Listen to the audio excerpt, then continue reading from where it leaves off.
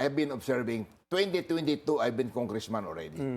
I've been telling our leadership in Congress, the 255 lump sum appropriation for flood control every year.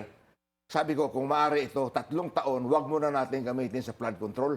Dahil wala naman namamatay dyan sa flood control except doon sa mga talagang nababagyo eh. Gamitin muna natin itong 255 billion nito, 3 taon, para lagyan natin ng potable water lahat ng 42,000 barangays except doon sa mga barangays sa Metro Manila na served by Maynilad and Manila Water. Yung mga wala talagang tubig, dahil sa Palawan, nilagyan ko ang halos karamihan, 99%, hindi 99, I will say 95% lahat ng barangay. Pati yung barangay sa isla na walang tubig, kumuha ko ng tubig sa dagat at nirefine ko yun. Ginawa kong drinking water. For the record, do you have any flood control projects? Yes, I have 3.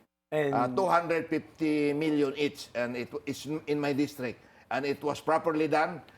People from the ICI and the PNP Went. went there to inspect.